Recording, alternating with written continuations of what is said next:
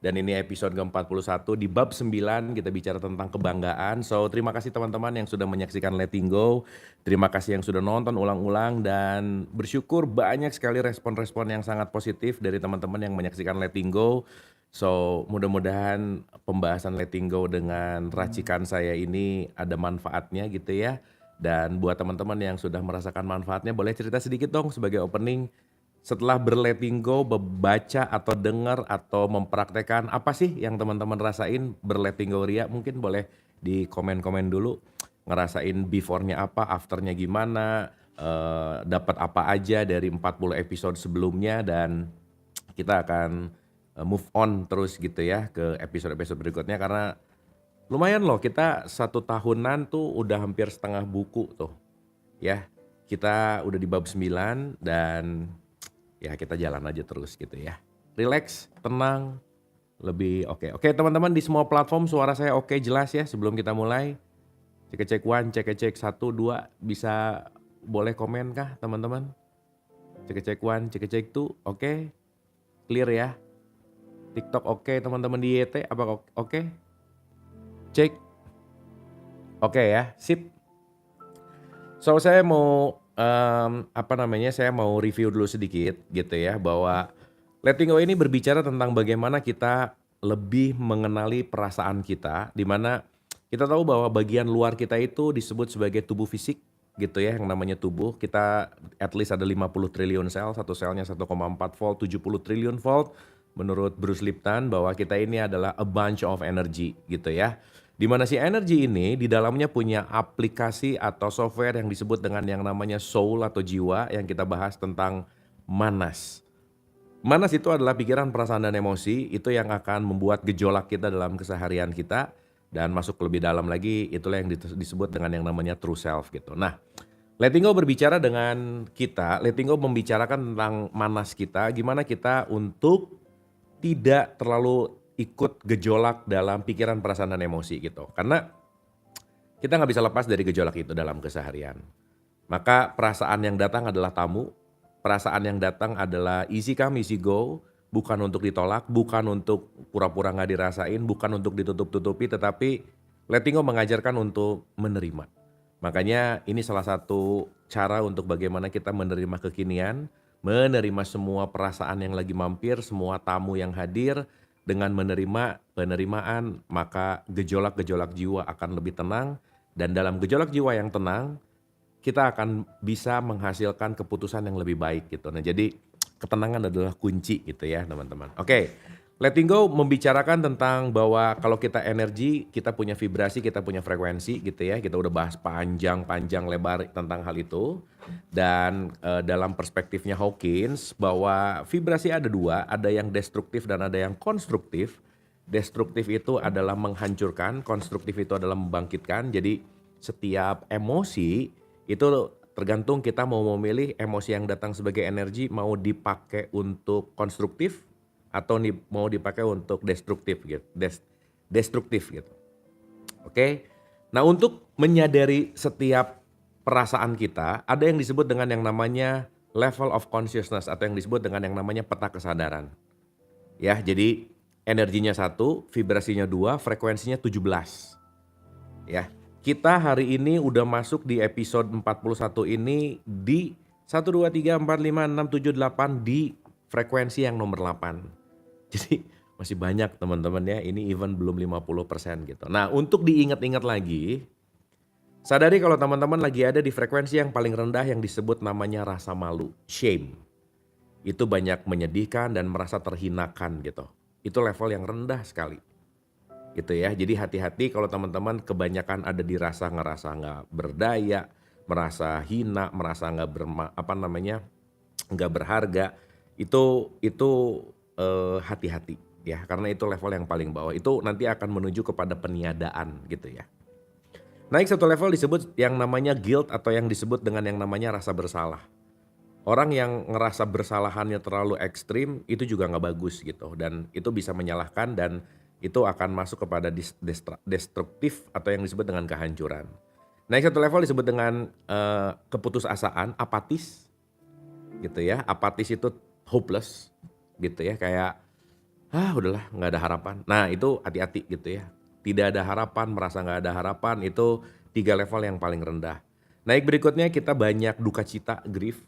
Naik satu levelnya ketakutan, fear. Naik satu levelnya banyak hasrat gitu ya. Keinginan dengan hasrat yang tinggi itu akan menjadi bensin di mana kita melakukan pasti dengan transaksi. Jadi kalau kita melakukannya pakai transaksi itu akan membuat bensin amarahnya tinggi gitu. Maka jangan heran orang orang yang transaksional itu susah ikhlas dan itu ada hitung-hitungan gitu dan itu penerimaannya susah atau dalam tanda petik sulit untuk menerima. Nah satu level setelah desire atau hasrat itu di level 150 namanya anger atau amarah, itu full of hate, kebencian gitu ya. Jadi teman-teman, kalau saya pinjam dari beberapa perspektif intelijen gitu ya, bahwa kepintaran, kecerdasan seseorang bukan hanya konteks di mana dia punya intelek yang bagus, tapi bagaimana dia punya akhlak kalau dalam bahasa yang sering kita dengar, perilaku, dan bagaimana treat others gitu, bagaimana dia memperlakukan orang lain gitu ya. Sehingga orang bodoh itu sulit memperlakukan orang lain baik gitu. Gitu ya. Nanti kita akan melihat ya kebodohan-kebodohan kita tuh kadang-kadang nggak sadar dan itu datang dari ketidaktahuan dan ketidakmengertian gitu. Jadi salah satu ciri orang bodoh adalah ngerasa tahu terus gitu. Susah dengar, susah tumbuh gitu. Jadi orang bodoh itu biasanya mendengar untuk membalas, bukan mendengar untuk mengerti gitu. Nah, jadi kalau kalau ya kita membebaskan dari kebodohan itu salah satunya adalah meningkatkan level dari kesadaran ini. Nah, kita sekarang ada di level yang namanya kebanggaan atau disebut pride. Yang kita udah bahas bahwa pride, bangga itu ternyata lepas dari cinta juga gitu. Jadi seseorang yang bangga itu biasanya merasa lebih baik dari siapapun itu. Jadi ya bangga lebih baik daripada amarah, hasrat dan di bawahnya. Tapi di level bangga itu belum aman. Karena nanti amannya itu di level yang 200 disebut courage gitu. Makanya teman-teman kalau dari level ini ya, kalau dari level consciousness ini nanti ada gini nih, menarik banget. Jadi abis bangga, nanti muncul courage, nanti muncul netralitas. Nah harapannya tuh di courage sama netralitas tuh kita ada di situ tuh sering-sering lah gitu. Netral tuh artinya enggak judgement, netral tuh artinya kita melepaskan program. Maka kalau kita bicara netral, naik satu level baru ada penerimaan gitu. Jadi kasarannya gini, orang yang tidak netral suruh menerima, naik satu level itu masuk ke penalaran. Jadi netral, willingness bersedia, penerimaan dan penalaran itu level di atas konteks yang namanya pride atau bangga gitu. Nah jadi itulah kenapa teman-teman kita perlu untuk belajar menelaah kita lagi ada di level mana gitu ya. Kalau kita nggak terlalu peka terhadap perasaan kita, di mana biasanya orang yang tidak peka terhadap perasaannya adalah dia terlalu sibuk dengan faktor di luar dirinya gitu. Makanya saat kita sibuk dengan keluar bukan kadang-kadang deng, seringnya kita nggak kenal siapa diri kita gitu. Makanya teman-teman kurangilah untuk judgement keluar, banyak menilai keluar karena yang belum dikenali di dalam tuh banyak banget gitu. Jadi jangan kehabisan waktu untuk menilai keluar untuk membuat kita lebih tidak mengenali diri. Karena terlalu sibuk keluar akan lupa bahwa ternyata saya nggak punya banyak waktu. Terima kasih, nggak punya banyak waktu untuk mengenali diri gitu. Sip ya, jadi mudah-mudahan teman-teman yang sering belajar udah nggak terlalu sibuk dengan external world gitu. Ya, dia kelihatan nyebelin ikut marah, dia kelihatan gimana ikut, kita masih teriritasi dengan faktor eksternal gitu. Ya jadi kalau kita masih banyak iritasi dengan faktor eksternal berarti self awareness-nya perlu dipertanyakan, perlu dilatih sih gitu. Ya ingat waktu kita ngomongin binatang ternak ya, binatang ternak itu tergantung yang nuntun, ke kiri ikut, ke kanan ikut. Jadi kalau kita orang nyebelin kita ikut marah berarti levelnya masih di binatang ternak lah dalam tanda petik ya. Nah, oleh karena itu, yuk kita bebaskan diri dari terjerat dan terjebak dengan faktor eksternal. Karena teman-teman, remote control hidup kita tuh yang megang kita lah kalau bisa. Ya, Karena kalau remote control ini dipinjemin ke pasangan, even pasangan loh ya, anak. Intinya saat remote control ini dipinjemin ke siapa-siapa, yang kita menganggap bahwa dia akan membuat aku bahagia, dia akan membuat aku menjadi lebih baik, siap-siap kita akan mengalami yang namanya kekecewaan. Ya, jadi selalu saya ulang-ulang, nggak ada orang yang lebih baik dan lebih bisa membuat diri kita bahagia kecuali diri sendiri, mencintai diri kita kecuali diri sendiri, yang di luarnya itu hanyalah aksesoris anyway. Ya, jadi jangan sibuk sama aksesorisnya, tapi sibuklah sama esensinya gitu. Oke guys, jadi letting go mengajak kita untuk masuk ke esensi. Tuh ya. Termasuk di sini ada 1.300 orang plus 77 orang yang nggak malam mingguan ya. Itu juga nggak apa-apa, di letting go aja ya. Oke, nah jadi kita udah bahas kemarin di episode 40 itu tentang kebanggaan. Saya review dulu sedikit. Dalam pandangan umum kebanggaan pride sering dianggap hal yang baik. Bangga, aduh bangga ya anaknya masuk atau bangga ya lulus gitu. Namun jika kita memperhatikannya dengan seksama, kita akan tahu bahwa sama seperti semua perasaan negatif lainnya yang telah kita bahas sejauh ini, kebanggaan tidaklah mengandung cinta. Konsekuensinya, kebanggaan pada dasarnya destruktif. Kebanggaan bisa berupa penilaian berlebihan, penolakan, pemeranan sebagai martir, sikap dogmatis, arogan, angkuh, sikap berlebihan. Pokoknya once gua nih, gitu. Ingat ya teman-teman ya, salah satu ciri orang yang tidak bahagia kalau dalam conversation atau obrolan selalu ada akunya tuh banyak banget. Contoh, orang lagi ngomong langsung ngelak. Kalau aku, udah tuh. Nanti ngomong lagi, kalau aku sih, gini, kalau aku sih, gini. Udah, kalau akunya banyak, udah aja ya. Tuh tolong diwaspadai gitu ya. Si aku itu yang keluar itu bangga dalam tanda petik yang hati-hati gitu. Jadi salah satu ciri-ciri orang yang tidak bahagia nomor 1 banyak ngegosip. Once kalian banyak ngegosip berarti kalian gak happy. Kenapa? Kalau orang ngegosip, dia akan menilai orang lain dan kehidupan orang lain lebih menarik dari dirinya. Makanya lebih pengen ngomongin orang lain daripada dirinya. Berarti hidup aku gak terlalu menarik gitu ya. Jadi kalau udah ngegosipnya panjang kali lebar kali tinggi, ya itu berarti Anda defisit happiness. Nah salah satu ciri kebahagiaan tidak bahagia berikutnya adalah terlalu banyak melibatkan aku gitu. Jadi terlalu bangga atau mengedepankan lah gitu intinya. Anyway ya. Nah, kita kemarin udah bicara tentang rentannya kebanggaan di episode 40 dan hari ini kita akan bicara tentang salah satu untuk masuk ke level yang berikutnya, kita akan masuk ke kerendahan hati. Oke, ya. Jadi openingnya gitu dan kita akan pelan-pelan. Teman-teman jangan lupa kunyah-kunyah lagi tuh episode-episode sebelumnya. Anyway, mau random juga nggak berurutan nggak apa-apa juga sih, karena saya rasa tiap episode meskipun nggak berurutan akan banyak hal-hal yang kita bisa kunyah gitu. Oke, kita masuk ke subbab kebanggaan di subbab yang namanya kerendahan hati. Ya, sebelum kita mulai kerendahan hati, saya mau make sure dulu suara oke, clear, sound oke, semangat ya teman-teman ya, aman? Oke, cheers, kita minum dulu. Oke.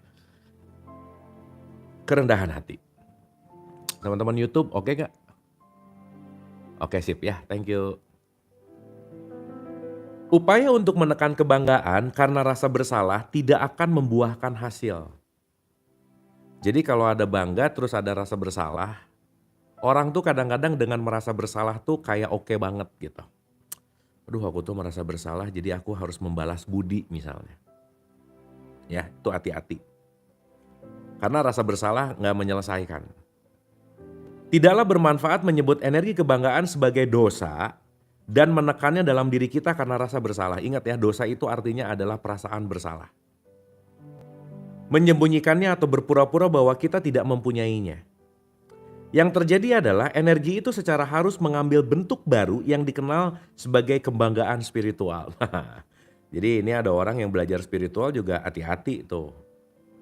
Ya, begitu mulai masuk ke kesadaran, belajar spiritual, ngelihat yang kira-kira belum di level itu, aduh belum level nih, ini orang masih level-level di syariat nih, kalau aku kan udah di kesadaran gitu. Nah itu rada ngehe juga sih ya, nggak asik juga gitu. Jadi sombong, akhirnya menilai, merendahkan, dan tiba-tiba suka ngasih ceramah gratis gitu. Nggak diminta nyeramahin, nggak diminta ngasih advice gitu. Tiba-tiba pengen cerita kemana-mana gitu ya. Nah tipikal seperti itu adalah tipikal yang orang-orang, nah gitu ya. Jadi hati-hati, di level pembelajaran pasti ada jebakan-jebakannya gitu. Ya. Jadi udahlah, nggak usah ngerasa, kalau aku tuh sekarang udah di kesadaran ya, udah nggak di level ya gitu-gitulah gitu. Ya udahlah ya, biasa aja. Kita merasa tidak nyaman di hadapan mereka yang penuh kebanggaan, karena itu kebanggaan menghalangi komunikasi dan ekspresi cinta. Jadi begitu udah di kelas ini bangga, cinta ketutup tuh. Ya cinta ketutup tuh. Jadi kemana-mana tuh pride gitu. Sorry, ini udah di level mukasyafah gitu, udah di level tasawuf gitu misalnya, udah di level makrifat gitu. Ngomongnya juga udah, ya ini ketemu Tuhan lah gitu ya. Jadi ada yang pernah nge-DM ke saya, "Kang Abu mau diajarin ketemu Tuhan nggak?" Saya tuh pengen banget ngebalas, "Duluan aja, nanti kalau udah berhasil kabarin, atau WhatsApp kalau udah nyampe," gitu.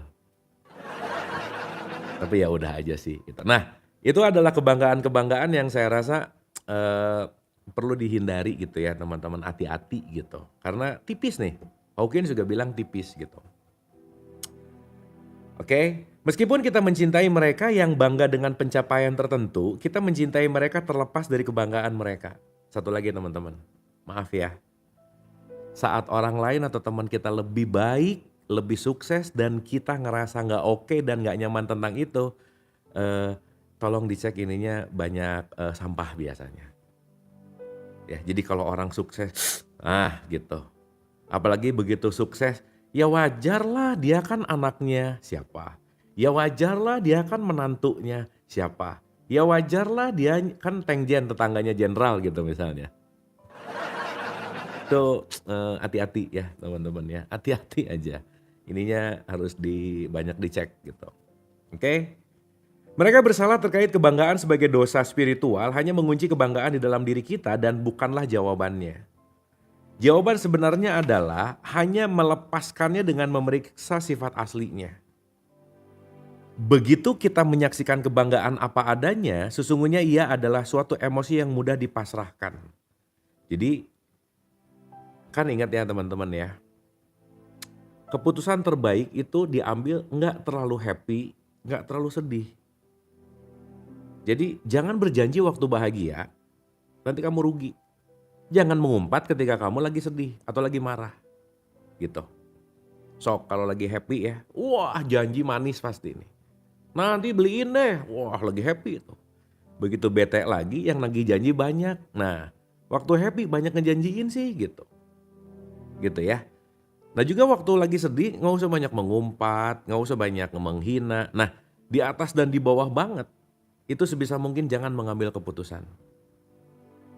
Makanya kalau lagi happy banget, wah ini di puncak jatuh cinta misalnya. Ya kalian udah ngerasain lah, kalian mengambil keputusan terhadap pasangan lagi jatuh cinta, tahu kan rasanya sekarang kan? Ya, itu mungkin keputusan yang kurang tepat. Kenapa? Waktu ngambil keputusannya nggak sadar ya, karena lagi jatuh cinta gitu. Jatuh cinta di bawah ya kan jatuh ya. Lucu ya, ngomongin cinta tapi jatuh gitu, jadi jatuh cinta gitu. Ya, karena waktu jatuh cinta semua orang lagi jadi bego anyway, ya, lagi mabok bener. Nah, maka hati-hati gitu. Jadi saat kita ngerti perasaan kita ada di pride, ada di bangga, hati-hati. Dan itu kata Hawkins dibilang bahwa begitu kita menyaksikan kebanggaan apa adanya, sesungguhnya ia adalah sesuatu emosi yang mudah dipasrahkan.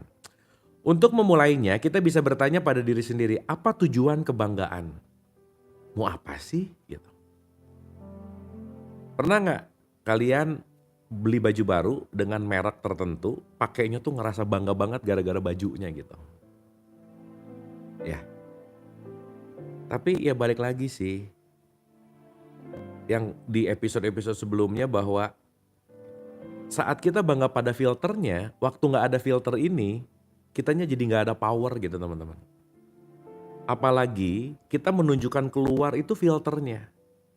Jadi keluar tuh pakai filter happy, pakai filter, wah pokoknya filter aja udah. Makanya kalau kita keluar atau kalau kita ngobrol, kalau kita bersosialisasi tidak menjadi diri kita, orang akan mencintai filter kita dan topeng kita gitu. Jelas ya? Makanya begitu kita keluar pakai filter, yang ngedeketinnya adalah suka sama filternya. Begitu nanti kalian lupa pakai topeng, pas kebuka, yang deket ke kita pasti kaget setengah mati. Buset, aslinya gini ternyata gitu ya. Gitu aja pokoknya. Nah jadi sebisa mungkin natural ya, seapa adanya. Anyway. Apa buah yang diharapkan darinya? Mengapa aku mencarinya? Apa yang dikompensasikannya? Apa yang harus kusadari tentang sifat sejatiku untuk melepaskan kebanggaan tanpa merasa kehilangan? Jawabannya cukup jelas. Semakin kita merasa diri kita kecil, kita harus mengkompensasi perasaan batin yang tidak memadai, tidak penting dan tidak berharga dengan kebanggaan. Nah jadi hati-hati lah sama kebanggaan. Kebanggaan tuh paham lah ya teman-teman ya. Jadi ada pride misalnya gelar tertentu, pengetahuan ini nih, yes nih baru dapat ilmu ini, wah bangga banget nih gitu. Bagus, bagus. Tapi saat tidak dilepaskan si kebanggaan itu bisa bablas jadi ngerendahin orang gitu. Gitu ya. Udah baca, udah tahu, nambah ilmu, wah ngerasa paling tahu gitu. Dari sekitarnya gitu. Jadi hati-hati. Nah, semakin kita memasrahkan emosi-emosi negatif kita, tadi tuh shame, guilt, apati, anger, itu tuh emosi-emosi negatif gitu ya. Semakin kita memasrahkan emosi-emosi negatif kita, semakin sedikit kita akan bergantung pada kebanggaan. Sebagai gantinya akan ada kualitas kerendahan hati. Jadi kalau bangga itu biasanya jadi kompetisi teman-teman. Jadi kalau berbangga-banggaan, saya 5, teman saya 6. 5-nya bangga terhadap 6, saya pengen 7 ngalahin dia gitu. Terus aja nanti gak beres-beres. Ingat ya teman-teman ya, konteksnya gini. Ya itu, mama bangga sama kamu, di satu sisi kayak keren, tapi kebanggaan itu juga jadi ada kesombongan gitu. Nah si kebanggaan itu nanti bisa cerita ke temennya, anak saya, mulai itu. Udah, dimana perhatiin deh, kalau emak-emak ngumpul, itu biasanya mamerin kehebatan anak-anaknya gitu. Anak saya tuh bisa Inggris. Oh iya, kalau anak saya Inggris plus Arab. Oh enggak, kalau anak saya tuh udah 2 juz. Oh enggak, anak saya udah 5 juz gitu. Gitu ya kira-kira. Ini bakal jadi yang tadi tuh. Konteksnya adalah jadi akhirnya berkompetisi gitu intinya. Ya. Nah jadi digunakan pada kadarnya lah gitu intinya. Ya.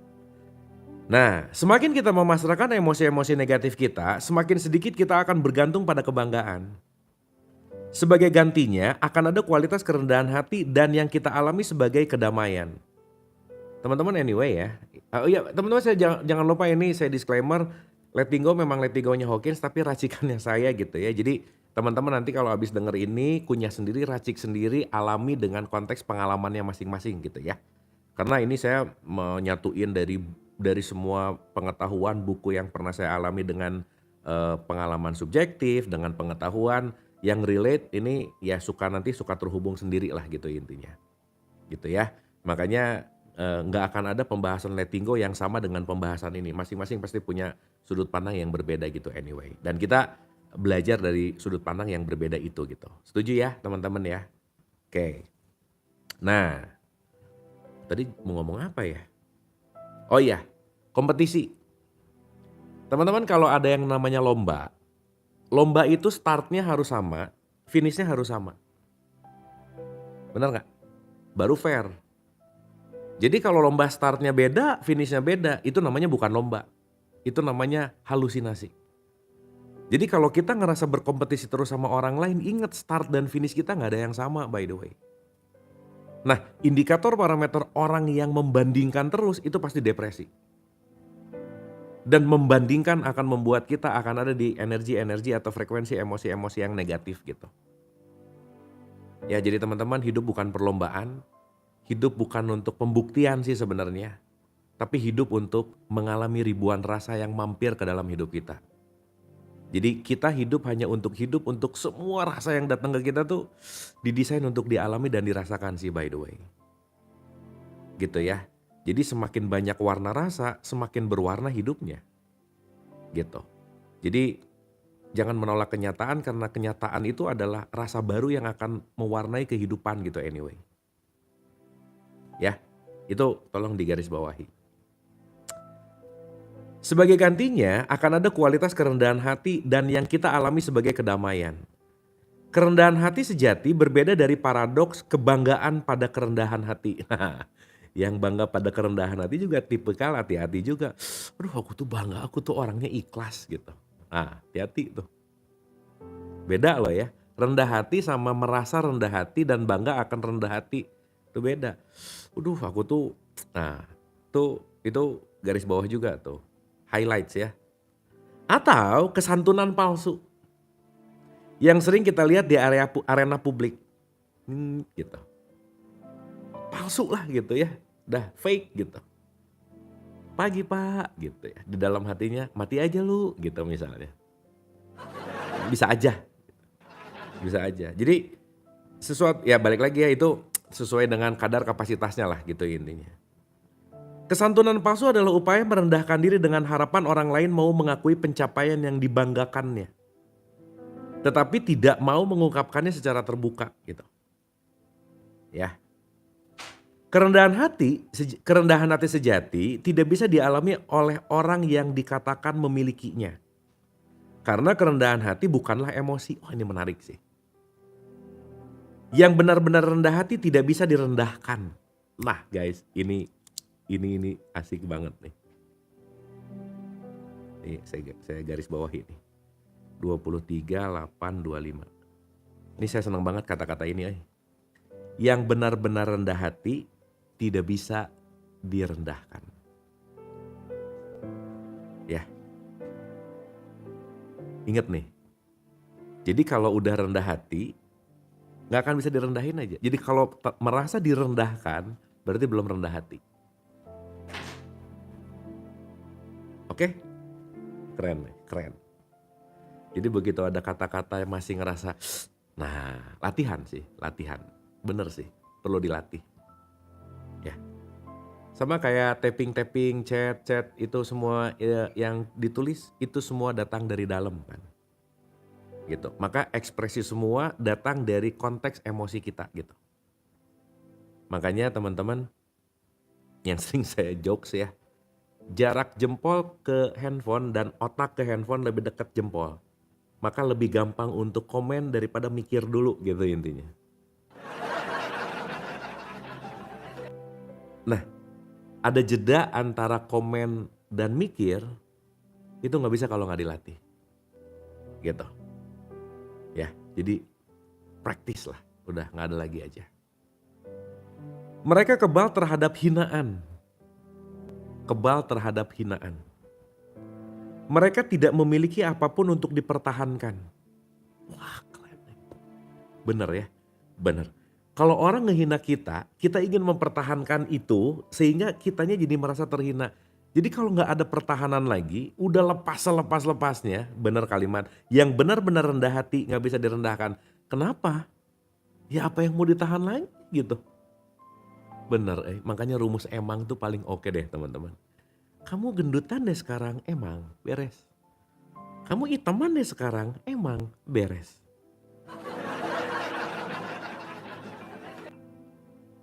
Wah keren sih. Oh iya ya, dipikir-pikir kita merasa terhina karena kita mempertahankan itu gitu ya. Bener sih, wah ini nice Tidak ada kerentanan dan oleh karena itu yang benar-benar rendah hati tidak mengalami serangan orang lain. Kalau dia rendah hati, gak ngerasa orang itu nyerang kita gitu. Pernah gak teman-teman dalam situasi ngomong orangnya sih biasa aja tapi kita ngerasa di-attack sama dia, pernah gak gitu? kata-katanya mungkin biasa aja tapi ngerasa bahwa ini kayaknya ke gue deh. Nah, mulai tuh. Ya. Tiba-tiba baca status temennya, terus baper. Ini kayaknya ke gue deh. Ini maksud dia apa? Nah, gitulah kira-kira. Ya, padahal mungkin kepencet, nggak tahu ya, gitu. Nah, jadi ini juga kunci sih. Saat kita nggak ngerasa diserang, itu namanya rendah hati. Berarti saat kita rendah hati, tidak ada yang dipertahankan gitu. Sebaliknya, orang yang benar-benar rendah hati melihat omelan orang lain hanya sebagai pernyataan dari masalah batin orang lain itu sendiri. Bener ya? Begitu ada, kamu ya gini-gini. Ya ampun, ini orang lagi sakit gitu ya. Teman-teman saya mau nanya nih. Kalau orang marah keluar, berarti di sininya penuh dengan benci. Kalau orang penuh dengan benci, berarti dia defisit kekurangan kasih sayang dan cinta. Kalau orang kekurangan kasih sayang dan cinta, bukan untuk dibenci dan dinilai atau direndahkan lagi, tapi perlu diberikan cinta gitu. Jadi ya, kalau ada orang yang marah, benci-benci, anggap aja ini orang defisit cinta. Nah berarti kita ngerti, ya wajar lah dia gitu. Kenapa? Kekurangan cinta kok gitu. Ya teman-teman ya. Wah mantap keren. Misalnya jika seseorang berkata, kau pikir kau orang baik? Yang akan dilihat oleh orang yang benar-benar rendah hati adalah orang lain itu memiliki masalah dengan keiri hatian dan pertanyaan itu tidak memiliki dasar dalam kenyataan. Teman-teman jangan lupa ya, orang yang iri adalah orang yang tidak melihat apapun kecuali dirinya. Dan dia ingin seperti orang yang dia lihat. Jadi kalau ada orang ngomongin kita di belakang, berarti kita di depan, dia di belakang. Jadi ya udah aja gitu. Ya, karena nanti kita udah bahas panjang lebar ya bahwa saya selalu mau menggarisbawahi jiwa seseorang itu basic desainnya ada dua. Satu tukang merekam, dua tukang ngarang. Membuat gagasan. Jadi orang menggagas sesuai dengan karangannya masing-masing. Jadi ya udah aja gitu. Ya, oke. Tapi kalau nggak latihan nggak bisa sih. Nah saya mau nanya dulu nih teman-teman ya, biar agak ada reflektif ya. Saya akan sebut ngomongnya merasa ofensif itu ngerasa terserang. Ngerasa terserang, ngerasa disakiti, ngerasa bete, ngerasa dihina, pokoknya ngerasa nggak enak ya. Dari semua yang nonton sekarang, dalam seminggu belakangan ini, kalian merasakan emosi negatif dari skala 1 sampai 10 berapa teman-teman?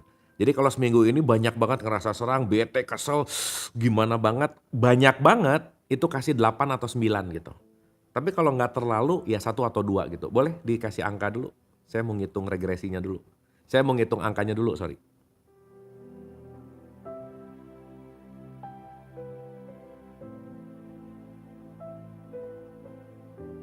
Oh oke.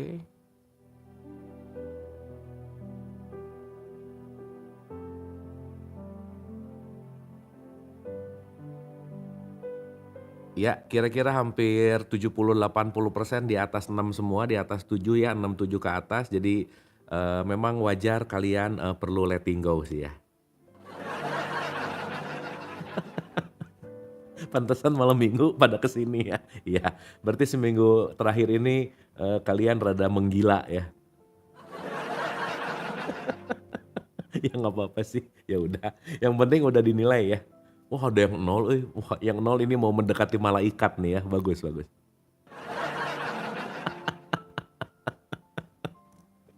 Oke, nanti kalau sempat terakhir kita ada self test ya teman-teman ya. Ya oke, nah ya kita lihat lah ya. Itu ada self test bagus buat kita barengan tes untuk diri sendiri. Oke, tidak ada ketersinggungan dan tidak perlu ada reaksi. Sebaliknya, untuk orang yang penuh kebanggaan, pertanyaan itu akan dipandang sebagai penghinaan yang bisa berakhir dengan tindakan kekerasan dalam beberapa kasus. Jadi kalau orang bangga ditanya, kamu pikir orang baik? Iya dong. Nah gitu, ada tuh. gitu ya. Jadi hati-hati ya, hati-hati. Nah, bener kalau levelnya 10 kalian termasuk siluman, bener bener.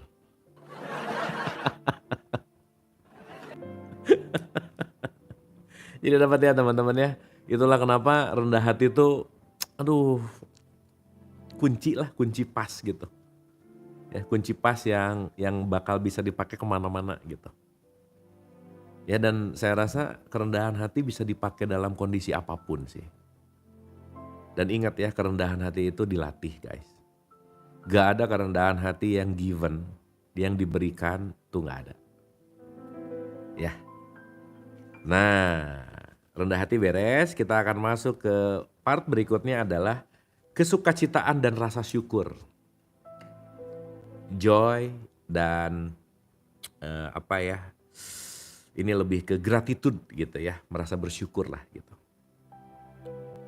Teman-teman jangan lupa loh ya, syukur itu nggak perlu datang dulu sesuatunya. Syukur mah syukur dulu aja. Jadi kalau mau latihan, nggak usah nunggu dapat baru syukur. Mending syukur aja dulu. Nanti apapun yang terjadi akan hadir gitu. Karena begitu kita nerima sesuatu, bukan ininya loh, ininya nih. Jadi kebersyukuran tuh bukan pada benda sebenarnya, tapi pada sikap hatinya gitu. Jadi kalau mau latihan, mau ada kek, mau enggak kek, mau sesuai kek, mau enggak kek, bersyukur aja gitu. Justru ketika bersyukurnya dihadirkan, penerimaannya tuh akan semakin tinggi gitu. Ya teman-teman ya. Makanya kan kalau pinjem teorinya Joe Dispenza, dia bilang tubuh kita itu nggak pernah bisa ngebedain, diri kita tuh, otak kita tuh nggak pernah bisa ngebedain mana kejadian asli dan mana kejadian yang dipikirkan. Tuh nggak bisa bedain.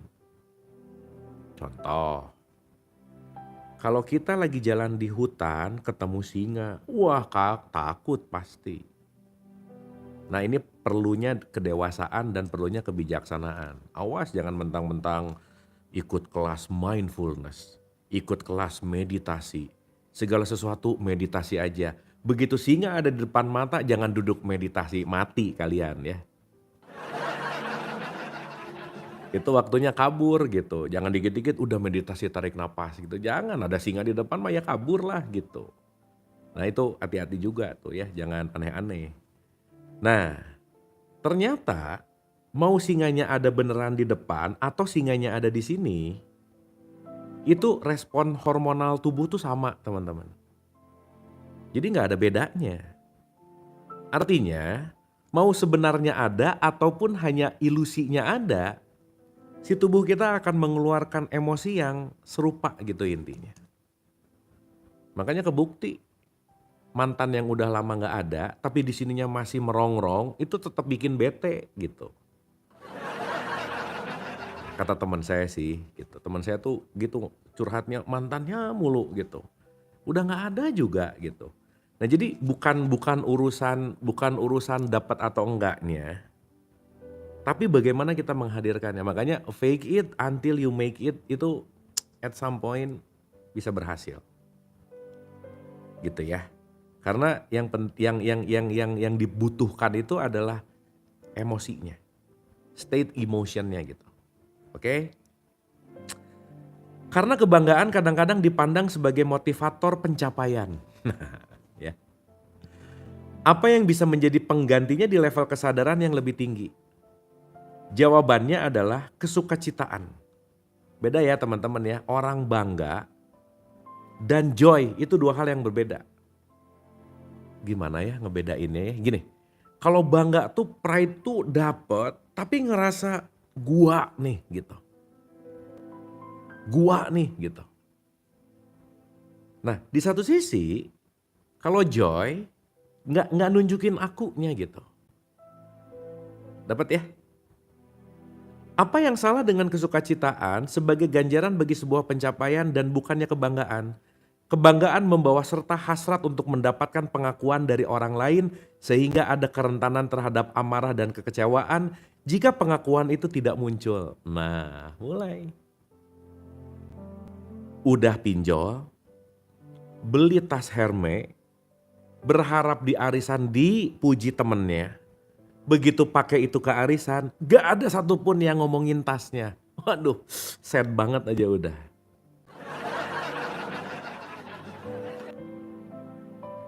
Udah digini-gini nih. Nih, tasnya gitu. Makanya mereknya kadang lebih gede dari badannya gitu misalnya. Gak ada yang nanggapin satupun. Aduh, nih, dah aja. Nah jadi bangga tuh ada transaksional gitunya gitu teman-teman. Ada transaksionalnya gitu. Jadi saya ingat satu guru saya ya teman-teman ya. Bagus banget. Bagus banget. Kebiasaannya bagus banget. Dia salah satu orang besar lah ya. Kalau dia speak ngomong itu yang datang bisa ribuan orang. Ya, yang datang bisa ribuan orang. Nah, dia punya satu kebiasaan, teman-teman. Kalau satu hari misalnya malam ini dia ceramah, dia speech, didengar ribuan orang, besoknya dia nyari masjid kecil yang dengerinnya cuma 2 atau 3 orang. Dia selalu gitu. Kebiasaannya. Bagus banget. Terus dia bilang, kenapa? Karena saya akan membiasakan mau yang dengernya 1.000, 2.000, 3 orang. Saya akan memberikan 100%-nya saya, kata dia. Top banget. Gitu. Nah jadi kalau yang namanya kebanggaan itu, ada nilai transaksional untuk dipuji. Ya, dipuji. Hasrat dipujinya tuh ada gitu. Anyway. Jika kita mencapai tujuan tertentu demi kebahagiaan, kegembiraan, cinta, dan kesukacitaan batin, kita kebal terhadap reaksi orang lain. Nah, dapat lagi nih rumus. Kalau udah di level top, reaksi orang lain tidak akan membuat kita iritasi. Berarti orang yang benar-benar udah di level itu, at least dia nggak sakit kulit. Ya, artinya kulitnya nggak iritasi gitu. Berarti kalau orang nggak sakit kulit, dia mainnya udah diisi gitu. Berarti dia nggak berbicara dalam wilayah kulit gitu. Nah artinya saat kita masih iritasi dengan apapun komen orang, reaksi orang, ya latihan balik lagi. Ya teman-teman ya. Oke. Next nih, siap ya. Skala 1 sampai 10. Siap.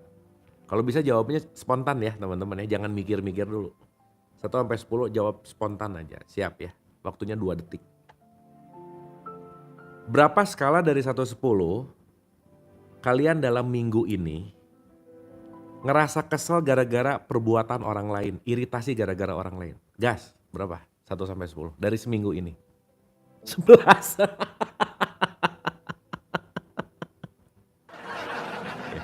Berarti Anda dengan Dajjal mirip ya. Oh bagus. Wah urusan ini udah rada-rada bagus Kok beda sih sama tadi? Ini kayaknya pada ganti orang deh. Ingatnya 10 tuh iritasi banget, makin ke 1 makin gak iritasi gitu. Oke. Oke, nice. Nah kalau yang jawab -1 Anda mayat berarti ya.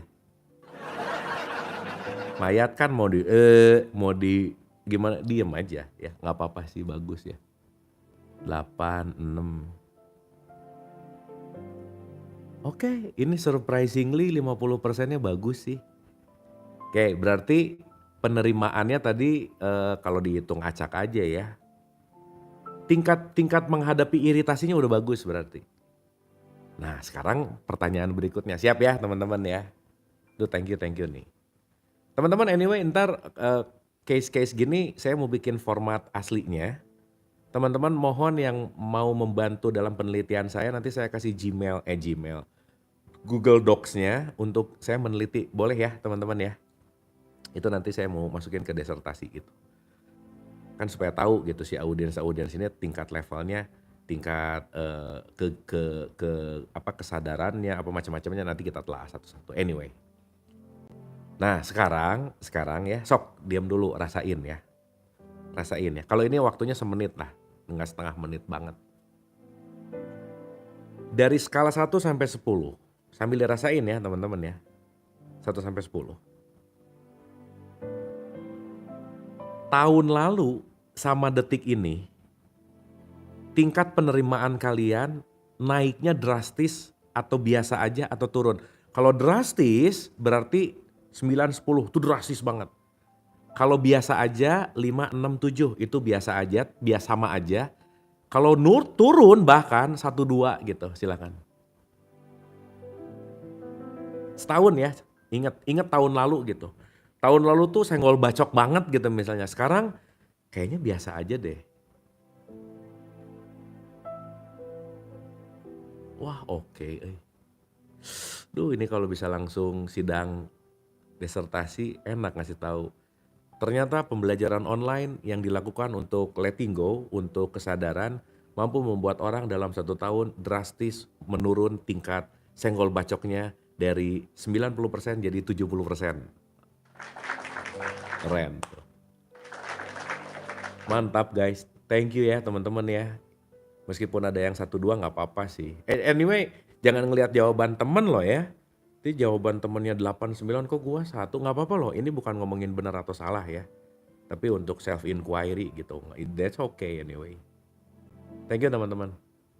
Ih keren bener deh. Kayaknya kita berhasil deh melakukan pembelajaran ini guys. Lumayan lah ya. Ya kalau dari respondennya 1.800 tambah ya 1.000-2.000 orang lah ya, anggap 1.900 lah gitu. Wah keren sih. Keren. Ya. Cuman saya takutnya di prank semua terakhir jawabannya, aku bohong. Enggak kan ya? Oke. Mantap guys. Thank you, saya mau nyatet dulu ya. Ini analisa per tanggal 23 gitu. Jadi hampir 80% lah. Oke. Setelah sering nonton Letting Go, banyak perubahan. Wih keren, thank you, terima kasih. Iya ya, mantap. Iya, nanti saya akan cross check yang nonton sama pasangannya ya. Karena kan bisa aja ngaku-ngaku, aku 9 perubahannya. Ya. Terus sebelahnya sih ngomong, alah. Nah gitu, sebelahnya malah gitu. Berarti kayaknya ilusi gitu. Ya kayaknya, by the way. Oke, yang belum ada pasangan ya udah ya nggak apa-apa. Dapat ya teman-teman ya. Beda antara joyful dan pride gitu. Jadi alih-alih nak aku bangga. Tapi nak ibu bersuka cita gitu ya. Beda tuh. Ya dilatih gitu. Ya meskipun ini urusan kebiasaan sih. Karena vibes-nya teman-teman udah paham gitu sekarang. Kita bisa mengenali kecenderungan kita terhadap rasa sakit dengan melihat jenis reaksi yang kita harapkan dari orang lain melalui pilihan dan perilaku kita.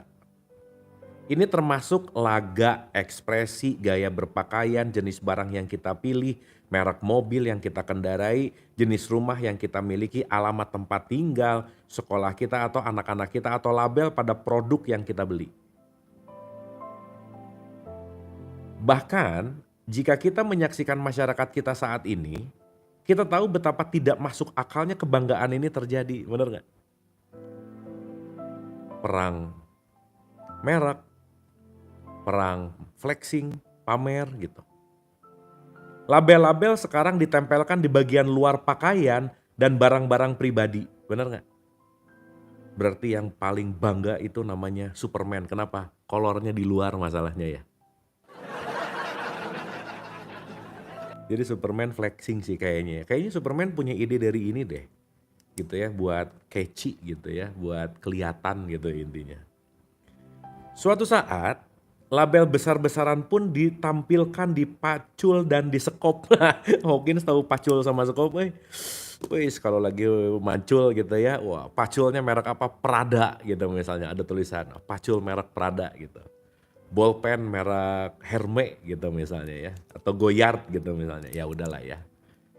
Tapi merek tuh memang dahsyat gitu ya, untuk apa namanya, untuk membangkitkan yang namanya si pride itu sendiri gitu. Tapi teman-teman saya jujur ya, saya pernah ada di fase kalau nggak pakai barang bermerek tuh nggak pede sih. Karena pada saat itu lingkungannya begitu gitu. Kebayang ya waktu zaman-zaman di TV gitu. Wah udah deh itu sih udah aja. Itu ya waktu itu kebetulan di circle-nya gitu ya, circle saya gitu. Oh itu tuh perang perang perang merek tuh nyata gitu. Nyata banget gitu. Nah cuman lama-lama setelah mulai ngerti value, mulai ngerti ini, iya ya gitu. Dan ya balik lagi ya, setiap fase seseorang pasti akan mengalami titik titik baliknya sih gitu. Anyway, belum ada yang memikirkannya, tetapi kita semua bisa bawa Pacul dan Skop dengan nama-nama desainer yang terpampang jelas di sana gitu. Jadi ya sekarang brand ya balik lagi jadi komoditi, tapi balik lagi ya antara strategi marketing dan sales. Tetapi poin yang ingin dilihat dari sudut pandangnya Hawkins ini adalah hati-hati sama kebanggaan kita terhadap brand gitu. Anyway, ya kayak ya nggak bisa memungkiri gitu ya, misalnya lagi ngobrol dulu ya zaman-zaman pas lulus, pas zaman legeg-legegnya lah ya. Jadi kalau mau ngomong tuh, sorry lulusan mana? S1 ini, alah udah baru S1, terus universitasnya universitas yang nggak jelas lagi gitu. Noh muncul gitu. Itu wah itu juga berat gitu ya. Jadi bener loh teman-teman, jabatan, kepintaran, akademik, status, itu semua bisa dipakai alat untuk kita membanggakan gitu. Anyway, gitu ya. Jadi memang perlu dilatih sih. Tapi ya secara subjektif saya mengalami, saya bisa melampaui itu kalau udah melalui sih gitu. Karena kalau belum melalui ya nggak ngerti caranya gitu. Jadi saya selalu bilang ini rada satir sih ya. Saya bisa bilang bahwa kuliah S2 tuh nggak penting, tapi udah saya lulus baru ngomong oh gitu doang. Nah gitu. Misalnya, tapi bukan awas nih didengar oh berarti nggak usah. Bukan itu poinnya. Tapi intinya adalah saat kita sudah melampaui, baru kita bisa mengambil sebuah kesimpulan. Gitu. Ah saya tuh nggak usah kuliah kenapa? Steve Jobs aja nggak kuliah gitu. Yang kayak Steve Jobs 1 berbanding miliar gitu. Ya, 1 berbanding miliar gitu. Jadi jangan aneh-aneh. Gitu ya. Dan nanti kita akan ngerti bahwa ya konteksnya bukan pada itunya gitu. Ya, jadi memang balik lagi semua akan didesain dengan apa yang sudah kita lampaui gitu intinya. Ya kayak misalnya nih, saya selalu ulang-ulang. Ini kadang-kadang dipakai tapi kunyahannya nggak gimana ya, kunyahannya nggak lembut gitu. Contoh. Teman-teman yang suka nonton Tiga Fakir itu tiba-tiba kita punya tagline, nggak tahu apa-apa, nggak bisa apa-apa, dan bukan siapa-siapa. Nah, jujur nih ya, saya mau jujur nih, Bang Dame, kalian tahu sendiri lah ya, S2 filsafat, belajarnya aja udah ke US, Portugal, udahlah. Mas Sony itu banker top gitu ya, dia dengan segudang pengalamannya dan seterusnya. Nah maksud saya, Bang Dame, Mas Sony bisa bilang nggak tahu apa-apa, nggak bisa apa-apa karena mereka udah belajar di tahapan itu, merasa nggak tahu apa-apa gitu, paham ya? Nah ini baca buku enggak, belajar enggak, saya memang orang yang nggak tahu apa-apa. Nah kamu tuh emang literally nggak tahu apa-apa gitu. Paham ya? Jadi bukan masalah nggak tahu apa-apa tuh nggak pernah belajar, bukan. Orang yang berhak ngomong, ya saya pakai kata berhak supaya bold ya, supaya ngerti. Orang yang berhak ngomong nggak tahu apa-apa setelah dia baca 100 buku gitu. Saya nggak tahu apa-apa. Nah ini baca aja enggak, ngomong saya nggak tahu apa-apa. Dua-duanya ngomong nggak tahu apa-apa sih gitu. Tapi kalian ngerti lah ya maksud saya. Gitu. Jadi tiba-tiba saya tuh fakir. Heeh. Ya emang bener fakir gitu, emang bener kere gitu. Tapi beda sama orang yang udah punya semuanya, tapi merasa fakir gitu. Itu beda gitu ya intinya. Gitu guys. Nah, jadi balik nih, at least hari ini ada satu ya yang kita bisa ngerti. Beda antara kesukacitaan joyful dan beda antara pride yang namanya bangga gitu. Itu dua hal yang berbeda. Ya.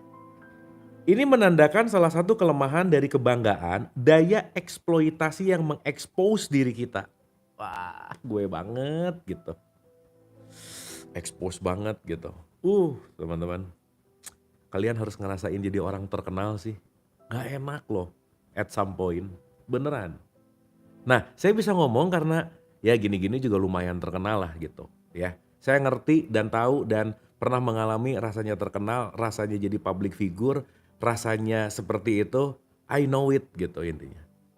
Nah ada orang belum melalui ini, terkenal kagak tapi aku tuh nggak mau terkenal, kenapa? Terkenal tuh nggak enak, alah nggak tahu juga sih gitu. Dapat ya? Nah saya mau cerita ya teman-teman ya, ini subjektif ya pengalaman saya nih. Eh, saya mau minjem dulu kalimatnya Jim Carrey nih. Wah, Jim Carrey bagus nih. I want everyone to be very rich and to be very famous, dia bilang.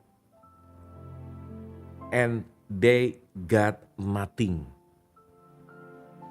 Sedih nggak kalimatnya? Sedih karena nggak ngerti. Ya, supaya nggak sedih saya terjemahin gini. Jim Carrey itu ngomong gini. Rada Jim Carrey versi Jaksel nih. Gua pengen lu pade sukses banget dan kaya banget. Dan lu semua, lu pada nggak dapat apa-apa. Nah ingat yang ngomongnya Jim Carrey. Ya, yang udah kaya banget dan udah terkenal banget. Nah jangan di copy paste yang nggak sekelas itu. Gua nggak mau terkenal, nggak mau kaya, kenapa? Katanya nggak dapat apa-apa. Ya elah bro gitu. Paham ya maksud saya ya? Oh. Jadi gini teman-teman, exposure diri. Pernah nggak kalian ketemu orang yang dia tuh ngerasa cakep gitu? Tindak tanduknya tuh ngerasa cantik, ngerasa cakep gitu. Dah aja. Jadi self expose-nya tuh gimana ya? Gimana neranginnya ya? Self centernya tinggi gitu ini. Gitu. Ya sok mau ngaku-ngaku boleh lah silahkan. Nggak apa-apa ya sok mau. Tadi ada yang jawab soalnya aku tuh. Ya nggak apa-apa sih. Ya. Nah teman-teman, waktu era-era di TV ya, itu saya punya manajer. Jadi kebayang ya, karena memang public figure itu citranya sangat dijaga. Saya tuh kemana-mana kalau lagi area-area mau mendekati ke event, nggak boleh bawa kantong sendiri, nggak boleh bawa apa, nggak boleh loh. Gitu, sama sekali nggak boleh. Wah macam-macam lah, pokoknya ada rules ini itu, ini itu, ini itu.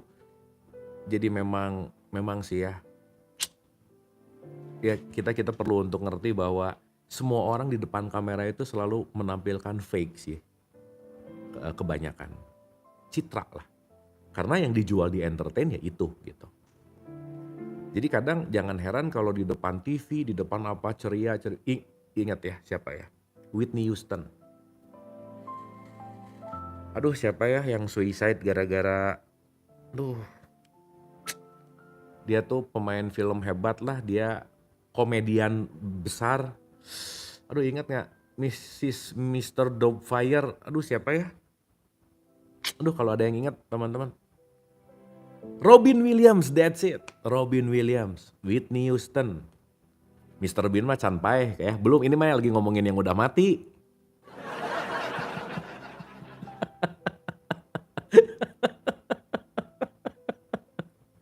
Ya udah, ini mah yang udah metong, yang udah meninggoy. Ya, Robin Williams bener. Gimana kurang dia di luar kelihatan sangat luar biasa. Padahal mereka adalah orang-orang yang punya depresi tingkat tinggi, guys. Dan teman-teman, ini ya, ini saya garis bawah, ini rada serius nih. Please. Kita nggak pernah tahu tingkat depresi seseorang. So jangan lupa teman-teman, orang depresi paling gak suka dinasehati. Titik. Titik aja udah. Makanya sorry to say, orang depresi hidup di Indonesia menderita. Kenapa? Orang Indonesia hobi menasehati. Gitu. Nah, jadi balik lagi self-expose tadi, ketika bicara dalam konteks expose gitu, jadi memang harus pretending gitu. Oh dulu waktu zaman rambut ke atas gitu ya, waktu zaman-zaman The Master, wah udah keluar rumah tuh nggak bisa kalau nggak style gitu, nggak bisa gitu. Dan itu nempel jadi habits gitu. Akhirnya ya, wah banyak insecure lah, macam-macam lah gitu intinya guys. Nah jadi bener sih, ini menandakan salah satu kelemahan dan kebanggaan daya eksploitasi yang mengekspos diri kita. Sikap penuh kebanggaan berarti kita bisa dimanipulasi dengan sangat mudah. Sebagai imbalan bagi sebuah kekonyolan, banyak uang keluar dari dompet kita. Situasi saat ini lucu ketika orang sangat bangga dengan seberapa banyak mereka dieksploitasi habis-habisan. Label-label terkenal menjadi simbol status di kalangan tertentu dan mereka membual tentang seberapa banyak duit yang mereka belanjakan untuk barang-barang tertentu. Ketika kita menghilangkan keglamoran dari barang-barang itu, kita bisa mengatakan bahwa mereka sungguh dungu. Mereka benar-benar terperdaya dan naif. Ada loh teman-teman ya, ada loh. Satu circle yang dia bangga banget kalau punya sesuatu yang harganya mahal dari yang lain gitu. Aduh aku tuh baru beli cincin murah sih, 4M gitu misalnya. Misalnya. Dan itu yang tadi Hawkins bilang, banyak uang keluar dari dompet, konteksnya nggak penting gitu. Ya jadi teman-teman sorry ya, saya kaitkan gini. Sifat kebanggaan mendorong keinginan untuk korupsi gitu. Kenapa? Karena dia berkompetisi terus gitu. Penghasilannya 10, maksain diri di circle yang 50. Nah 40-nya dari mana? Maling lah misalnya. Nah jadi ya udah gitu. Itu konteks yang saya rasa perlu kita waspadai guys. Dan kalian gak usah komplain kalau koruptor korupsi. Kenapa? Namanya juga koruptor. Ya kerjaannya pasti korupsi gitu. Nah gak usah ikut marah gitu, biasa aja ya. Nah kebanggaan terhadap ketengilan, nih salah satu contohnya ya, tengil nih. Semacam itu mungkin paling congkak dari semuanya. Apakah berpamer ria benar-benar mengesankan? Tentu saja tidak. Respon yang kita lihat adalah keterkesanan. Keterkesanan, oh benar ya, benar. Orang-orang merasa terkesan melihat keglamoran yang dangkal, tetapi sesungguhnya di dalam batin mereka tidak benar-benar menghargainya. Karena mereka tahu yang sebenarnya, ketika kita berpuas dengan kebanggaan dengan berpamer ria, kita tidak mengesankan siapapun, teman-teman. Yang membuat berkesan adalah bagaimana kita memperlakukan orang lain, bukan merek tas kita. Yang berkesan adalah bagaimana kita mampu menjadi orang yang mau mendengarkan untuk merasa dia ada gitu. So, mencintai itu gak penting. Tapi yang penting adalah dia merasa dicintai atau tidak. That's the most important. Gitu. Nah jadi bahasanya Hawkins tuh menarik nih. Bahwa keterkesanan tuh bukan masalah merek kamu gitu. Tapi how we smile, how we touch, bagaimana kita tersenyum, bagaimana kita berinteraksi, bagaimana kita memperlakukan, itu yang akan nempel sih gitu. Anyway, at least kita bicara dalam konteks yang namanya relationship. Kalian gak hidup sama mukanya, tapi kalian hidup sama karakternya. Benar gak? Jadi jangan heran, bukan urusan keterkesanan secara biological gitu misalnya. Tapi kita hidup dengan karakternya gitu. Anyway. Ya, tapi jangan jelek-jelek amat sih ya. Dina Maka ini mengungkapkan dirinya sendiri selama perjalanan ke Kanada untuk mengunjungi rumah. Oh ini contoh-contoh ya. Jadi dia bilang tentang si contoh nih. Guys, ini suara oke? Cek. Oke ya, aman ya. Teman-teman YouTube, TikTok aman? Aman, oke, sip. Thank you. Teman-teman masih enjoy? Masih oke? 5 menit, 10 menit lagi oke ya? Ini kita udah mau jam 9 nih tanpa sadar. Aman ya, oke. Oke, kita masuk ke study case, ke contohnya. Dina Maka ini mengungkapkan dirinya sendiri selama perjalanan ke Kanada untuk mengunjungi rumah seorang individu kaya secara halus mengungkapkan nilai kekayaannya. Pada perjalanan yang sama, anak-anak Indian Kanada yang kekurangan gizi tampak bermain-main di sekitar tempat penimbunan gandum raksasa.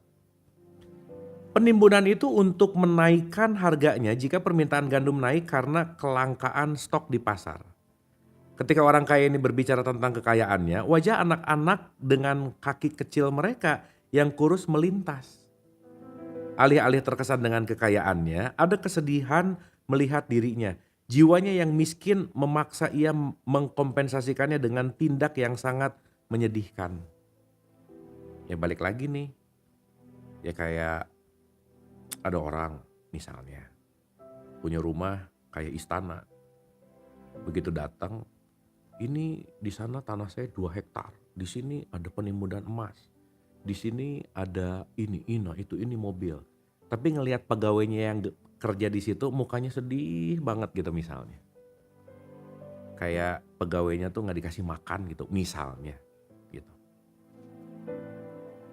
Nah jadi impresi yang tulus, impresi yang mendekati emosi tinggi, itu impresi bukan datang dari kebanggaan anyway.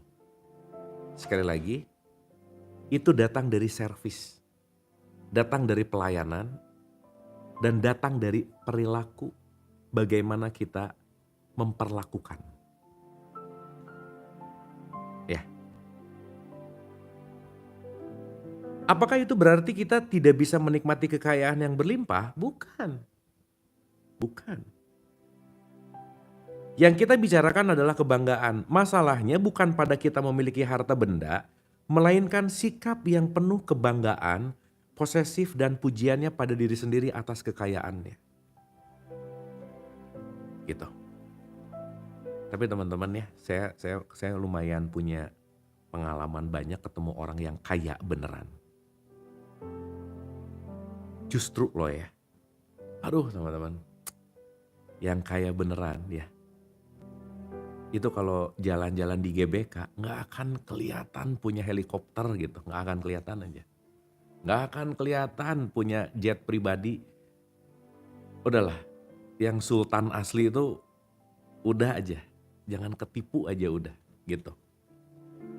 Biasanya yang nanggung-nanggung sultan itu flexing biasanya. Saya pernah cerita nggak ya, saya pernah diundang nih. Lucu banget. Pas diundang di satu acara nih. Ini real sultan. Aduh teman-teman, humble banget. top lah, udahlah pokoknya. Udah ya, acara. Dia bilang ke saya, "Kang, kalau bisa acaranya 8:30 selesai ya. Saya mau ke Jepang." "Siap Pak," saya bilang. Biasalah di sini mah jam karet kan gitu. 8:30 kan harus beres nih. Acaranya harusnya mulai jam 7, ini mulai jam 8 kurang dikit. Jadi wah kepotong aja. Ingat banget lah waktu itu ya acara aja ya dah. Pas 8:30 kurang 5 baru 80% guys.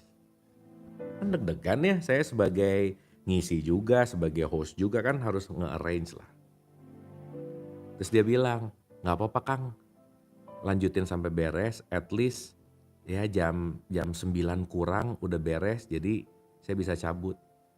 Di otak saya itu waktu ini kan si bapak mau ke Jepang ya, berarti kan harus datang, check in, segala sesuatu mau keluar negeri kan nggak mungkin segampang itu gitu, harus macam-macam, at least minimal perlu 2 jam gitu, bener nggak?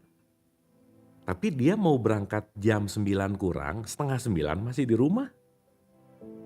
Wah deg-degan juga, dipikir, wah nggak jadi pergi nih si bapak gitu, udah. Begitu selesai, sip ya, makasih, dadah.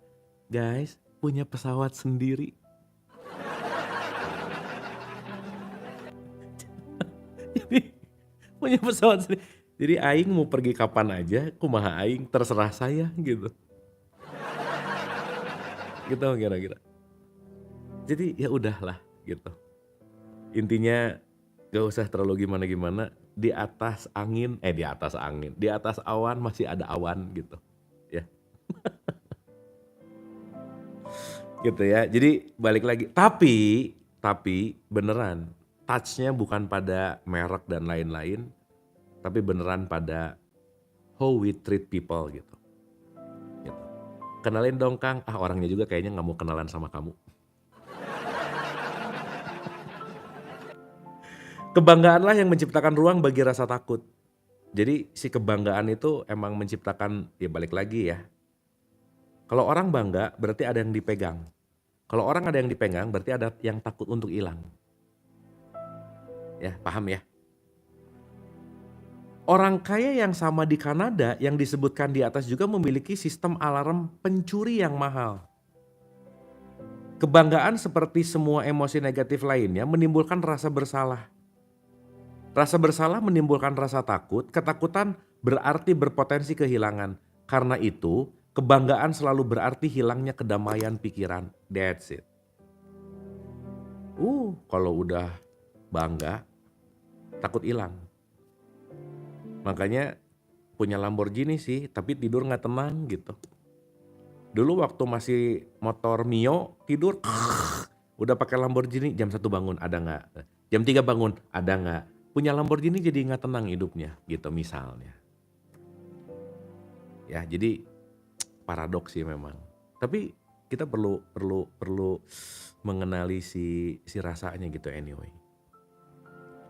Tapi ingat kalau belum punya juga nggak usah ngomong, nggak beli Lamborghini kenapa? Nanti tidur nggak tenang, alah belum punya juga. Ingat ya itu ini loh, rumus. Ya, awas hati-hati. Oke, lawan dari keserakahan yang penuh kebanggaan adalah kesederhanaan. Kesederhanaan tidak berarti miskin harta, melainkan kondisi pikiran. Kesederhanaan bukan miskin harta, tapi kondisi pikiran. Jadi kayak miskin tuh ada di sini sih sebenarnya. Termasuk di dompet juga sih. Individu lain, seorang perempuan punya uang jutaan dolar, tanah luas dan aset-aset lainnya. Namun sebagai pribadi, ia merepresentasikan kesederhanaan. Harta miliknya mencerminkan apa yang diberikan dunia kepadanya. Dan dia menikmatinya. Akibatnya tidak pernah ada satu celaan pun tentang dia dan tidak ada orang lain yang menyatakan keiriannya. Ya. Bukan apa yang kita miliki yang penting, melainkan bagaimana kita menyikapinya. Bagaimana kita membingkainya dalam kesadaran kita. Kalau pinjam pakai bahasa tasawuf, kamu boleh memiliki uang, tapi kamu jangan dimiliki oleh uang. Itu dua hal yang berbeda. Ya. Ajarin jadi orang kaya, kayaknya belum bakat, udahlah nggak usah. Kebetulan seluruh harta perempuan ini sama sekali tidak memiliki alarm atau pengawas pencuri. Bahkan ketika diceritakan kepadanya tentang alarm pencuri, ia menjawab, "Oh, jika ada yang memang membutuhkan sesuatu, dia bisa mengambilnya." Wah, ini mah rada-rada aneh sih ya. Bu, itu tapi kayaknya kalau di Indonesia nggak mungkin. Ya, di Indonesia mah besi rel juga dipaling atau ya di Indonesia tuh. Jadi ini mungkin, di Kanada ya, ceritanya juga di Kanada. Ini kalau nggak ada yang ngejaga perkebunan, hilang lah pasti ya gitu. Ada korespondensi antara fakta bahwa tidak ada yang pernah mencuri apapun darinya dengan fakta bahwa ia bersedia berbagi dengan orang lain. Nih teman-teman, kenapa hukum terima kasih itu sangat-sangat top lah. Jadi gini, kita hidup dalam society. Ya. Kalau di lingkunganmu banyak kejahatan, maka orang kaya di lingkunganmu berarti tidak dermawan. Ada rumus gitu. Karena pendorong kejahatan rata-rata basic desainnya adalah kelaparan. Maka kalau gap antara kaya sama miskinnya tinggi, dia memancing untuk jahat. Maka kemiskinan sekitar itu adalah tanggung jawab orang yang kaya di situ, dalam tanda petik. Nah pertanyaannya, contoh nih, ada orang punya ladang, di antara ladang yang banyak dan pemilik ladang yang banyak. Dia cuma mau ladangnya subur, nggak ada hamaknya, dia cuma mau ladangnya paling maju. Dia nggak peduli sama ladang sekitarnya, nggak mau ngasih ilmunya, nggak mau ngasih caranya, masa bodoh, yang penting ladang saya adalah ladang yang paling subur di antara ladang yang lain. Sesaat ladang sebelahnya ada hama, hamanya pindah ke ladangnya, tetap ladangnya punya hama. Bener gak? Tapi saat dia berbagi, sebelahnya juga subur, gak akan ada hama. Suburnya justru malah bebarengan. Itulah mindset kaya gitu. Dapat ya? Lah gimana mau mindset kaya? Tetangga beli kompor yang panas gua ya. Pah, tetangga beli kompor baru, nah jadi Rinnai ya. Rinnai merek kompor tapi yang panas dia gitu. Nah itu udah mulai ciri-ciri masuk ke dengki by the way. Ya, ingat rumus dengki ya, SMOS. Senang melihat orang susah, susah melihat orang senang. Nah udah aja. Itu menarik tuh. Jadi kalau kita ngelihat orang happy atau sukses nggak senang, ada something wrong di sini gitu. Anyway. Ada korespondensi antara fakta bahwa tidak ada yang pernah mencuri apapun darinya dengan fakta bahwa dia bersedia berbagi dengan orang lain. Imunitasnya terhadap pencurian terkait dengan minimnya kebanggaan pada harta miliknya. Jadi, iya ya. Bagus bahasa imunitas Jadi kalau orang nggak bangga, imunitasnya tinggi. Imunitas dalam tanda petik ketakutan kehilangannya. Nah, berarti dia letting go banget sih. Nice. Keposesifannya dan kemelekatan terjadi sebagai konsekuensi dari kebanggaan. Kemelekatan adalah penyebab penderitaan karena kemelekatan menimbulkan rasa takut pada kehilangan. Dan dengan kehilangan, kita kembali terjerumus ke jurang apati, depresi, duka cita. Udah tuh. Jika kita bangga dengan sebuah mobil dan seseorang mencurinya, kita akan mengalami duka cita, rasa sakit, dan penderitaan. Sebaliknya jika kita tidak bangga terhadap mobil kita dan kita menikmati keindahan dan kesempurnaannya, merasa bersyukur karena memilikinya, kehilangan akan menimbulkan sedikit kekecewaan. Ini rada-rada gak masuk akal sih. Tapi nggak masuk akal tuh sama kayak lagunya Koes Plus, hati senang walaupun nggak punya uang. Saya pengen nanya gimana caranya? Ya ada kekecewaan tapi nggak terlalu. Gini, semakin tingkat bangganya tinggi, semakin kehilangan semakin deep gitu. Jadi jangan terlalu bangga juga. Kalau sama pasangan gimana ya? Jadi kalian kalau kehilangan pasangan terlalu sakit berarti dulunya terlalu bangga. Berarti kalau dulunya terlalu bangga berarti dulu ngambil keputusannya lagi salah-salahnya gitu. Tapi ya udah aja sih. Anyway. Rasa syukur adalah salah satu obat bagi kebanggaan. Jika kita terlahir dengan IQ tinggi, kita bisa bersyukur karenanya, bukan bangga karenanya. Beda loh ya. Beda loh. IQ itu given ya teman-teman ya. Udah jangan aneh-aneh sama IQ, udah. Itu bukan prestasi. Kita dilahirkan dengan itu, Ya. Bagus ya kalimatnya. Dilahirkan dengan itu.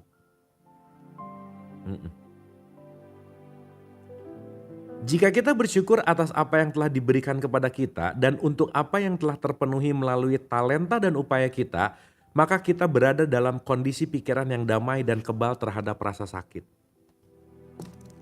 Kita dilahirkan dengan bakat, guys.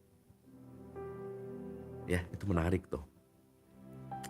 Sungguh lucu memikirkan bagaimana pikiran manusia melekatkan kebanggaan pada apapun yang diawali dengan kata milikku. Kita bisa memiliki kebanggaan absurd atas hal-hal yang paling sepele dan begitu kita melihat kelucuan ini, tidaklah terlalu sulit untuk melepaskan kebanggaan. Ya. Beberapa orang ironisnya memiliki kerentanan terhadap sikap tengil ala orang kere. Sikap tengil ala orang kere. Udah kere, tengil lagi gitu. Familiar nggak dengan ini? Ya. Udah kere, tengil, so tahu lagi gitu. Udah tuh. Kalau kutu di gitu tuh gitu ya. Tapi ya udah aja kan emang ada yang gitu ya. Mereka bangga bisa melakukan tawar-menawar di sebuah toko loak. Opini pribadi mereka terhadap orang-orang yang membayar harga berlebihan untuk barang-barang loakan adalah orang-orang itu bagaikan domba yang dicukur bulunya. Mereka pun mengulang-ulang kutipan orang bodoh cepat melepas uangnya. Dalam kerumunan orang-orang tengil di toko loak ini, jadi Hokin bagus juga ya kalau tengil kere ngomongannya toko loak bukan Plaza Senayan gitu misalnya gitu ya, bukan. Simbol status adalah alat tawar yang luar biasa. Bahkan mereka sering saling bersaing untuk melihat siapa yang bisa mendapatkan harga termurah. Ini nih.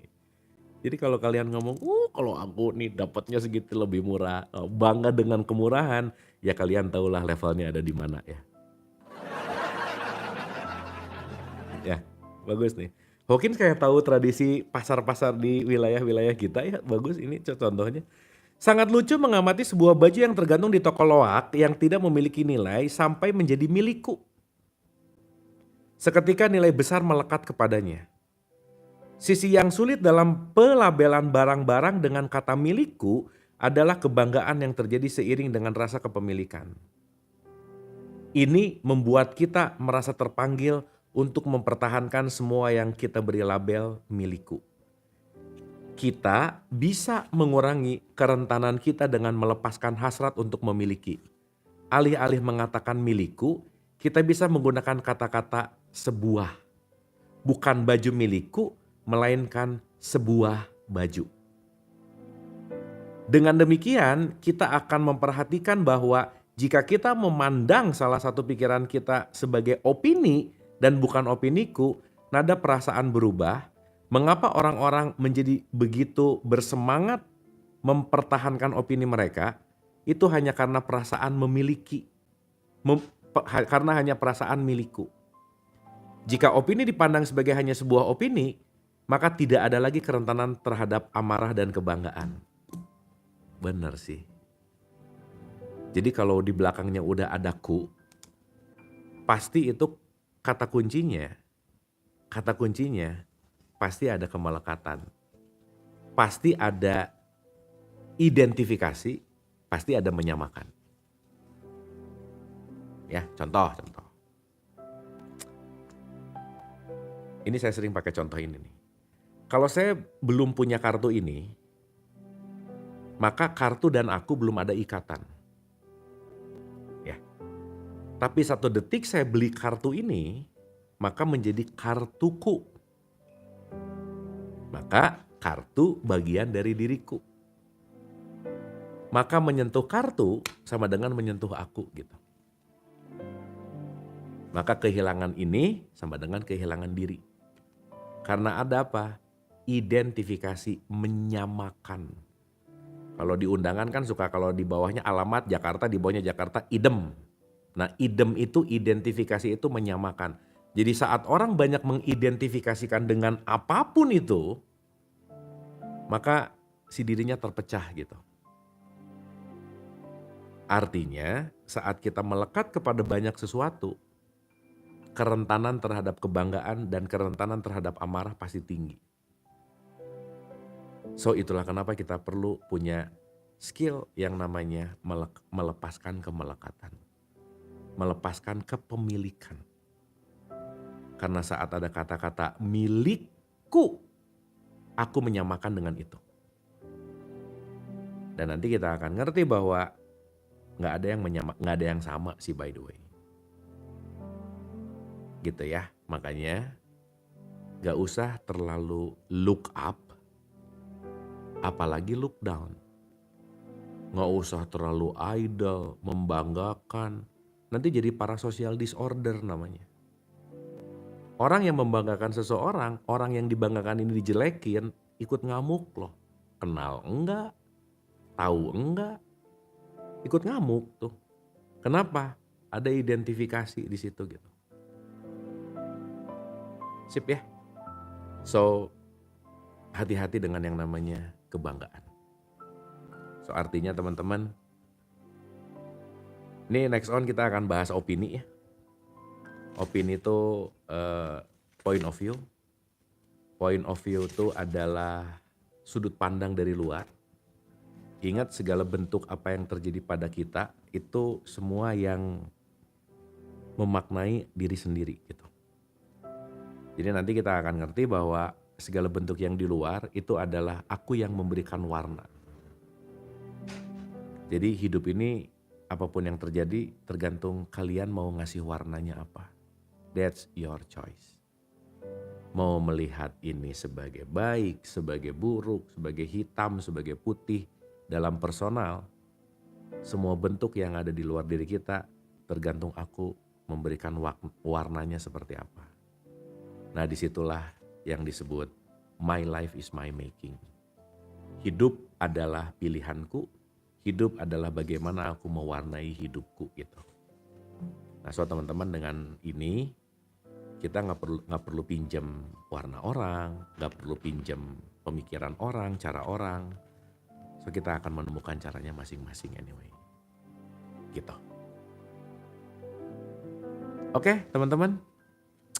Saya rasa jam efektif belajarnya udah lewat, tingkat konsentrasi semakin turun, tingkat ngantuk semakin tinggi, dan semoga ada something yang bisa diambil di pertemuan kita malam hari ini. Anyway, sebagai penutup, seperti biasa teman-teman, apa yang teman-teman dapatkan di pembelajaran Letting Go 41 ini? Boleh typing nggak? Silakan. Dapat apa sih di pembelajaran kita malam hari ini?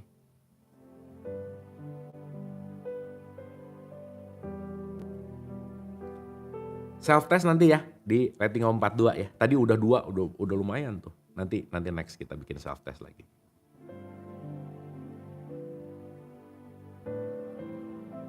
Oke, nice, thank you. Oke. Jadi biasa aja, sip. Alright teman-teman, terima kasih. Dan balik lagi, semoga Letting Go 41 dapat sesuatu. Dan apapun itu silahkan kunyah masing-masing, icip-icip masing-masing, dan buktikan masing-masing. Terima kasih, sampai ketemu di Letting Go 42. Sehat selalu, keep happy, dan love you all. Bye-bye semua teman-teman, thank you, terima kasih dan